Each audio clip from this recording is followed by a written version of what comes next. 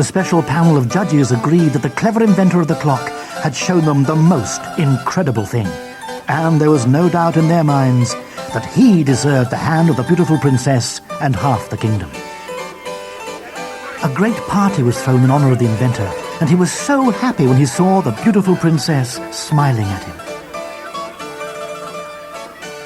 "You have done the most incredible thing," cried the judges. "So you deserve the hand of this lovely princess in return." "Well, don't be shy, young man. Step forward and kiss the princess," said the chief judge. And as the young man stepped forward to kiss his princess, the whole crowd cheered with delight. "You are the most beautiful princess I have ever seen, and you have made today the happiest day of my life," whispered the young man.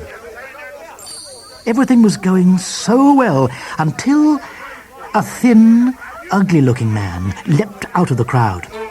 "Shut up, all of you!" shouted the man. "I'm the one who's going to do the most incredible thing," he said. And then he picked up his axe and smashed the clock into 1,000 pieces. The clock looked a very sorry sight, with its cogs, springs and hands flying all over the place. Shrieked the wicked man. "I told you I would do the most incredible thing, and now I've done it." King and his daughter couldn't believe their eyes when they saw the beautiful clock had been smashed into 1,000 pieces. "How could you have destroyed such a beautiful clock?" cried the king. "Now you've undone all this clever young man's good work."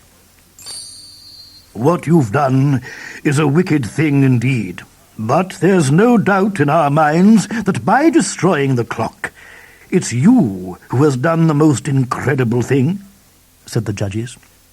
"So that makes you the winner of the contest, and the lucky man who's entitled to the hand of the princess.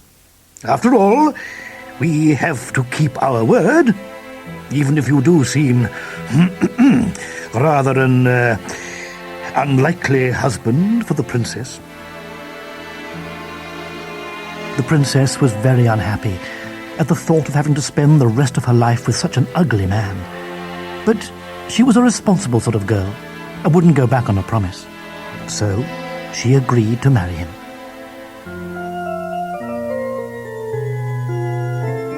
At the church, the princess looked absolutely beautiful in her wedding gown.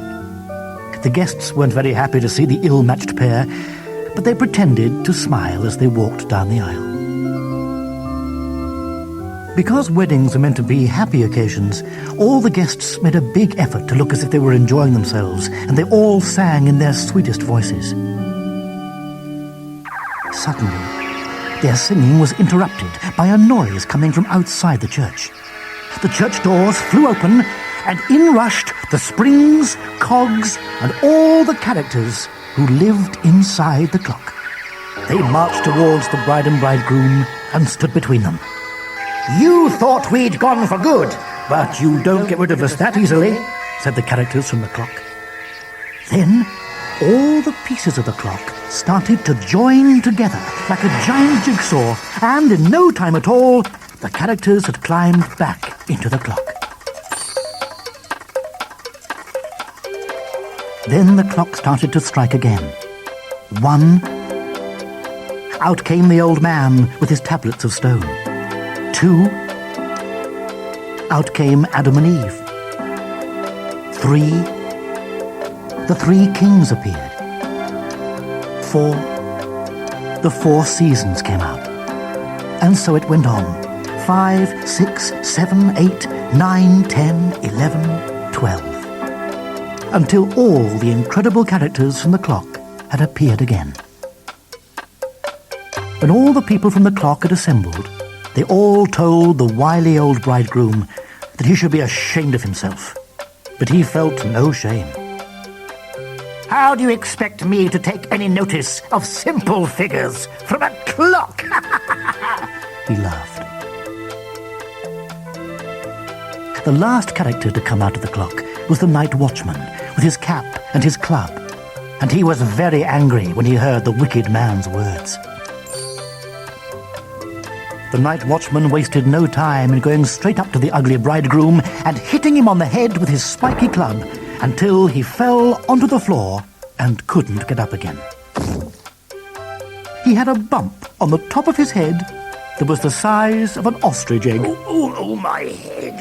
You can lie there until somebody bothers to pick you up, said the night watchman. Yes, we won't help you, shouted the other characters. The king then ordered the judges to summon the inventor again. Now the clock has repaired itself, I declare that the inventor should have my daughter's hand in marriage, he proclaimed. And can somebody please take this wicked man to the hospital? He's making the place look untidy, said the chief judge.